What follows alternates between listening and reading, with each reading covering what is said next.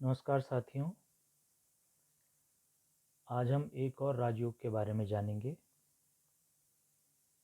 इसका नाम है पराशरीय राजयोग। ये केंद्रेश और त्रिकोणेश के आपस में संबंध बनाने से बनता है। तो कुंडली में ये योग कैसे बनता है, आइए समझते हैं। यहाँ पर हमने एक कुंडली ली है। फिलहाल इसमें हमने राशियाँ स्थापित नहीं की हैं। हमने सिर्फ समझने के लिए यहाँ पर लिखा है केंद्र केंद्र केंद्र केंद्र, यानी जिन घरों में केंद्र लिखा हुआ है वो केंद्र भाव कहलाते हैं, और जिन घरों में त्रिकोण लिखा हुआ है, त्रिकोण त्रिकोण और त्रिकोण, वो त्रिकोण भाव कहलाते हैं। अब देखिए, पहला भाव, चौथा भाव, सातवां भाव और 10वां भाव ये केंद्र भाव हैं। पहला भाव, पांचवां भाव और 9वां भाव ये त्रिकोण भाव है। जब भी किसी भी केंद्रेश का किसी भी त्रिकोणेश से संबंध बनता है तो वो एक राजयोग बनता है जिसका नाम है पराशरीय राजयोग। अब हम यहाँ पर कोई भी राशि ले सकते हैं। लग्न में किसी भी ग्रह की राशि हो तो उस हिसाब से ग्रह केंद्रेश और त्रिकोणेश हो जाते हैं। अलग अलग लग्न में अलग अलग ग्रह केंद्र और त्रिकोणेश होते हैं। हम लेते हैं बुध की कन्या राशि लग्न में, तो ये कन्या लग्न कहलाएगा। ये 7 हो गया। ये वृश्चिक राशि, धनु राशि, ये मकर राशि, ये कुंभ राशि, माफ कीजिएगा, कुंभ राशि, ये मीन राशि, ये मेष राशि, ये वृषभ राशि, ये मिथुन राशि, ये कर्क राशि और ये सिंह राशि। तो इस तरह से जो है हमने ये कन्या लग्न की कुंडली बनाई है।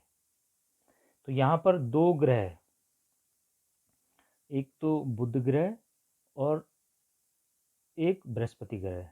बुध ग्रह मिथुन और कन्या राशि का स्वामी है तो केंद्रेश हो गया, और बृहस्पति धनु और मीन राशि का स्वामी है तो यहाँ पर ये केंद्रेश हो गया। अब हम यहाँ पर देखते हैं त्रिकोणेश कौन कौन से ग्रह। देखिए, लग्न त्रिकोण भी है तो बुध अपने आप में त्रिकोणेश भी हो गया। यहाँ पर शनि की राशि है मकर, तो शनि यहाँ त्रिकोणेश हो गया। और यहाँ पर दूसरा त्रिकोणेश हो गया शुक्र। देखिए, शुक्र की वृषभ राशि इस त्रिकोण में है। तो पराशर ऋषि का मत ये है कि जब जब कोई भी त्रिकोणेश किसी भी केंद्र से संबंध बनाता है तो वो राजयोग का निर्माण करते हैं। इसमें भी सबसे प्रबल राजयोग जो है नवमेश और दशमेश के कारण बनता है। जब ये दोनों नवमेश और दशमेश आपस में संबंध बनाते हैं तो उनके कारण सबसे बड़ा राजयोग बनता है। देखिए, पहला केंद्र है ये, उससे चौथा केंद्र ज़्यादा बली होता है, और चौथे से 7वां केंद्र ज़्यादा बली होता है, 7वें से 10वां केंद्र बली होता है। यानी कि सबसे बली जो चारों केंद्र में है वो 10वां केंद्र है। त्रिकोणेश बली है, उससे बड़ा जो है पंचमेश, यानी कि ये वाला त्रिकोण भाव बड़ा, और सबसे बड़ा जो त्रिकोण भाव है वो ये है, यानी नवमेश सबसे बड़ा त्रिकोणेश भी कहलाएगा, शक्तिशाली त्रिकोणेश कहलाएगा। अब केंद्रेश ये केंद्रेश शक्तिशाली हो गया 10वां, और भाग्य भाव का स्वामी त्रिकोणेश शक्तिशाली हो गया, यानी नवमेश और दशमेश। जब इन दोनों शक्तिशाली भावों के स्वामी आपस में संबंध बनाते हैं तो वो राजयोग कहलाता है, बहुत बड़ा राजयोग। देखिए, यहाँ पर त्रिकोणेश और केंद्रेश का संबंध किस प्रकार से आपस में मिल करके राजयोग का निर्माण करते हैं। सबसे बड़ा जो राजयोग होता है वो होता है अन्योन्याश्रित राजयोग। अन्योन्याश्रित राजयोग में त्रिकोणेश केंद्र में बैठता है और केंद्रेश त्रिकोण में बैठता है। यानी कि यहाँ पर नवमेश को हम दशम में बिठाए। अब नवमेश कौन है? वृषभ राशि। वृषभ राशि का स्वामी शुक्र है यहाँ पर, तो शुक्र नवमेश हुआ, क्योंकि 9 भाव में वृषभ राशि है तो शुक्र नवमेश हुआ। शुक्र को हम बिठा देते हैं केंद्र में, दशम भाव में। अब ये नवमेश जो है दशम में बैठ गया, और दशमेश है यहाँ पर बुध, मिथुन राशि का स्वामी बुध है, उसको बिठा देते हैं हम त्रिकोण में। देखिए ये अन्योन्याश्रित संबंध हो गया है नवमेश का और दशमेश का। तो जब कभी भी किसी भी लग्न में, यहाँ पर हमने कन्या लग्न लिया उदाहरण के लिए, कोई भी लग्न हो सकता है, यदि यहाँ सिंह लग्न होगा तो यहाँ पर कौन सी राशि, देखिए कौन सी राशि आएगी नवम और दसम भाव में, ये सिंह है, कन्या, तुला, वृश्चिक, धनु, मकर, कुंभ, मीन, मेष और वृषभ, यानी मंगल और शुक्र। तो शुक्र यहाँ होगा, मंगल यहाँ होगा, तो ये अन्योन्याश्रित राजयोग बन जाएगा। किसी भी लग्न में ये योग बन सकता है। अब ये तो बन गया नवमेश और दशमेश का एक संबंध अन्योन्याश्रित।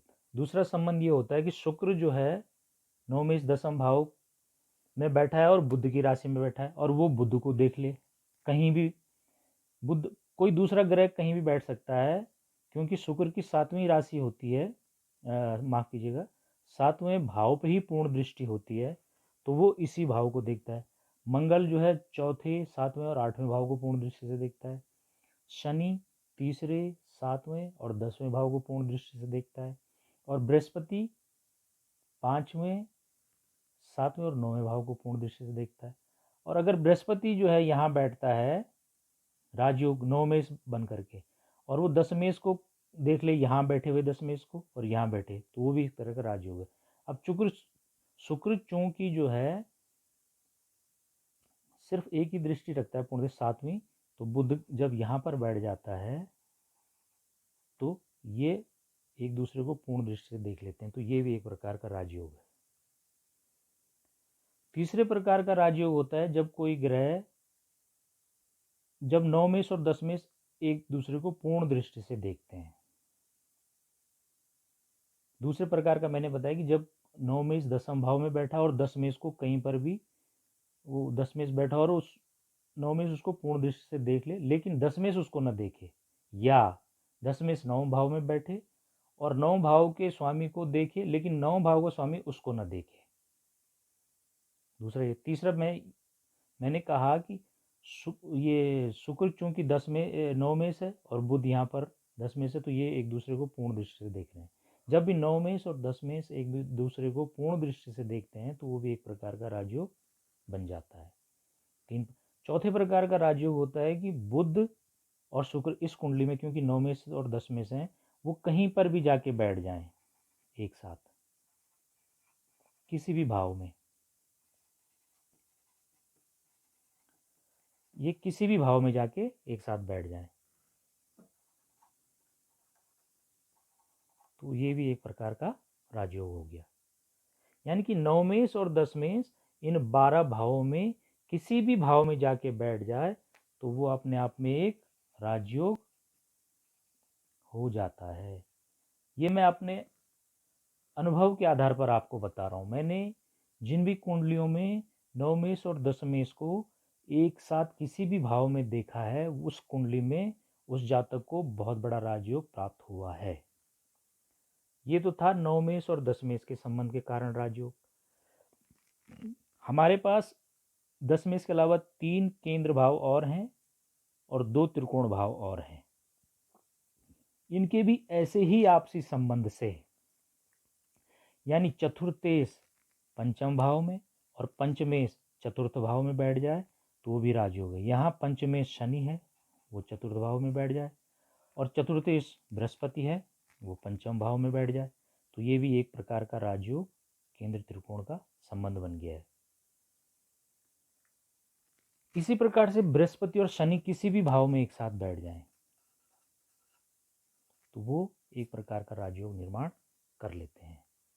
जिन भी जातकों की कुंडली में ये पराशरीय राजयोग बनता है, केंद्र त्रिकोण का संबंध बनता है, वो जातक धनी होता है, सरकारी नौकरी में होता है, अच्छा व्यवसायी हो सकता है, उसका जीवन परिपूर्ण रहता है और ऐश्वर्यशाली जीवन रहता है। जिस भी जातक की कुंडली में पराशरीय राजयोग होता है वो सरकार में उच्च पद पर आसीन होता है। केंद्र और त्रिकोण यानी सप्तमेश और नवमेश के कारण भी ये योग हो सकता है। लग्नेश दशमेश से हो सकता है, लग्नेश नवमेश के संबंध से हो सकता है, लग्नेश पंचमेश के संबंध से होता है, पंचमेश सप्तमेश के संबंध से ये योग हो सकता है। जब भी किसी भी त्रिकोण भाव का स्वामी किसी भी केंद्र भाव से संबंध बनाकर कुंडली के किसी भी भाव में बैठा हो तो वो बहुत बड़ा राजयोग बन जाता है। धन्यवाद।